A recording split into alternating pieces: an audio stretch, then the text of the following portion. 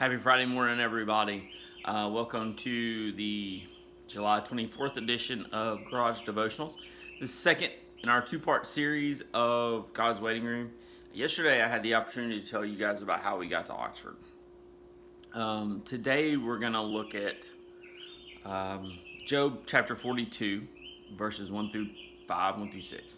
So, once we got to Oxford, I really thought that God would put me in a church as a staff member, as a pastor or youth pastor or something like that. And that never happened. To this day, it's 9 years later, I've yet to find a ministry job, as I kind of talked about yesterday. I spent a lot of time being really disappointed in that. Like, really upset, really frustrated. It just was not good for me in my mind. But if we take a look at this story in Job, and those of you who don't know about what happened to Job,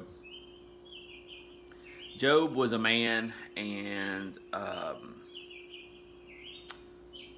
Satan went to God and said, "I can corrupt anybody." God said, "Well, have you looked at my servant Job?" Satan asked for permission to tempt him or to afflict him, and God said, "You can do everything but kill him." And so Satan killed all of Job's children.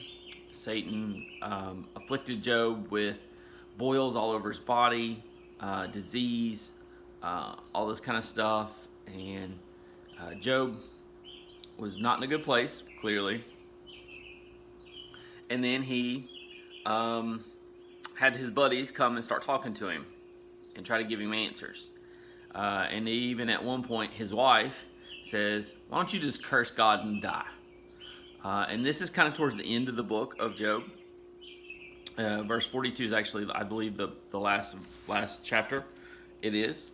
So God's waiting room is a season in our lives where He's doing a work on us to produce an eternal work in us so that He can later do a greater work through us. So He's working on us so He can work in us to use us to work on other people. We're placed in this holding pattern to accomplish His purpose. The best biblical example of this is Job, which is what we're going to be talking about. So Job chapter 42, verses 1 through 5. I'm actually going to read 1 through 6.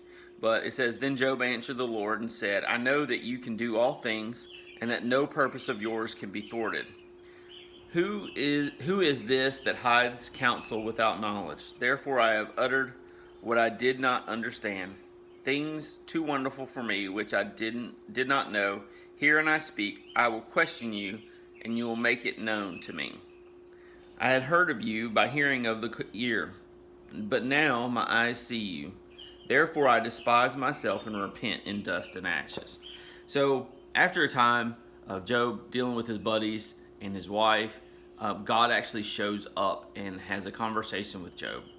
And Job kind of questions God, and God says basically, "Well, who are you to question me? I am the Almighty Creator," all that kind of stuff. But to paraphrase what Job is really saying here, he says, I begged and demanded answers that I never got, but in the end, I got you, God, instead of secondhand info from my friends, who weren't great friends, by the way. I have firsthand experience with you." Job had this eternal opportunity arise out of his temporary, horrific state. In the last 9 years, I spent a lot of time asking God why. I'm going to be honest. I spent a lot of time maybe even being a little angry with God because of what I wanted and where I wasn't getting. I tried to shoehorn myself into a couple of churches in the leadership. That wasn't a very good idea. But I know now that was just a season in my life.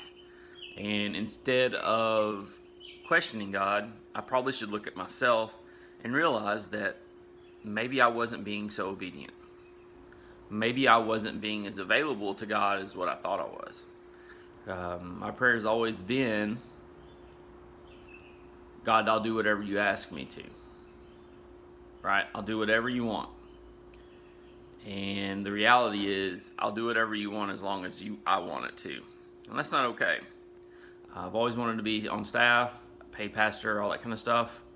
I realize now that this is probably my ministry, and that's really awesome. I'm really excited about this. I'm really excited about what God has in store for me. It's going to be different than I thought it was going to be, and I'm really okay with that.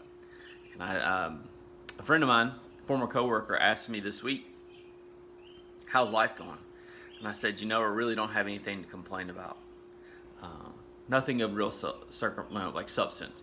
There's always stuff to complain about, but like my spaghetti was a little cold last night.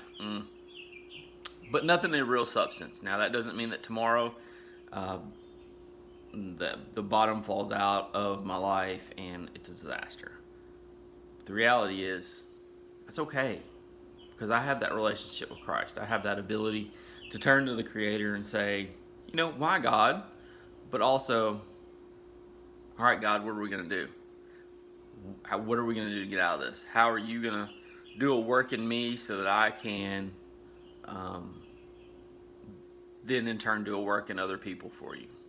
So, guys, this is my ministry. This is Garage Devotionals. I'm 100% on board with this, and I'm excited about the encouragement that you guys are giving me and the things that God's kind of got planned for me. It's pretty exciting. I know I've said it like 107 times already, but it is. So if you would like, share, subscribe, all that kind of jazz, whether it's on Instagram, Facebook, or YouTube, if you would just take some time, do that for me. I really appreciate it. It helps to get this out to other people. The more it grows, the more people we get to affect. And just think about it. Every time you share it, if a new person listens to one of these and recommits their life to Christ, gets closer to Christ, has a prayer answered in what God's saying through me, or comes to know Jesus, like, you have a little part of that, a part in that. So that's pretty awesome. Anyway, guys, it's Friday. I'll see you guys Monday. Love you.